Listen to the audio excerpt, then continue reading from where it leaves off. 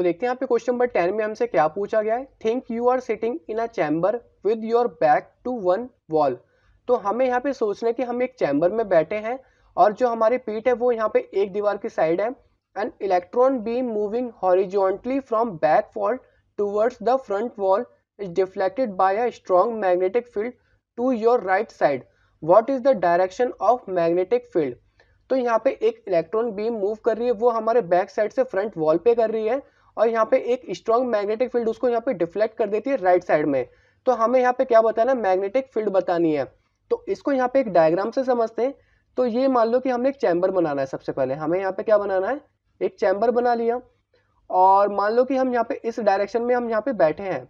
हम यहाँ पे क्या करें, बैठे हैं। तो एक इलेक्ट्रॉन बीम मूव कर रही है, वो यहाँ पे क्या कर रही है, बैक से फ्रंट वॉल। तो ये हमारी यहाँ पे क्या है, फ्रंट वॉल है। ये हमारे यहाँ पे क्या है, फ्रंट वॉल है और इसको हम यहाँ पे मान लेते हैं ये हमारी बैक वॉल है, मतलब पीछे की दीवार हो गई, ये फ्रंट की हो गई।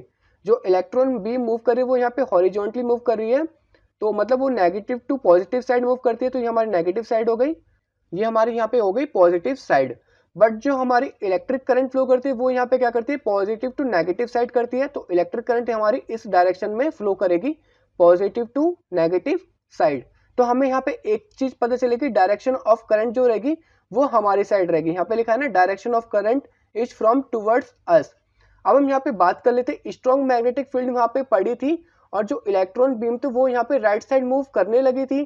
तो मतलब राइट साइड क्या होगा, हमारा इस साइड होगा, ये हमारे यहाँ पे क्या होगी, राइट साइड होगी। तो यहाँ पे एक स्ट्रॉन्ग मैग्नेटिक फील्ड के कारण जो यहाँ पे इलेक्ट्रॉन बीम है वो यहाँ पे राइट साइड मूव करने लगी।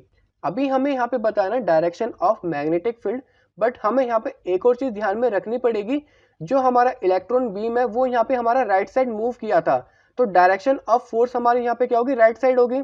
जो हमारा सेकंड पॉइंट लिखा है यहाँ पे, डायरेक्शन ऑफ फोर्स, वो हमारी यहाँ पे क्या होगी, राइट साइड होगी।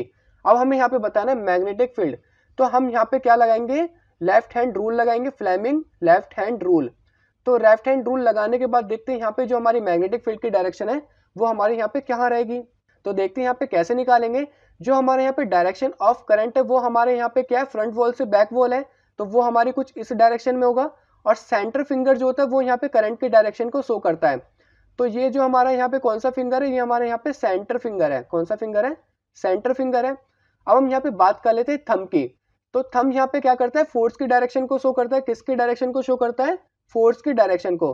तो थंब हमारा राइट साइड है, तो ये हमारे यहाँ पे बन गया राइट साइड, तो ये हमारा थंब हो गया। और ये यहाँ पे फोर्स की डायरेक्शन को शो कर रहा है, किसकी डायरेक्शन को, फोर्स को।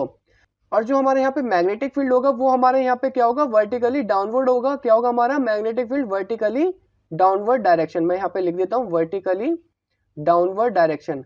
ये हम यहाँ पे किस वजह से निकाल पाए, फ्लेमिंग लेफ्ट हैंड रूल की वजह से।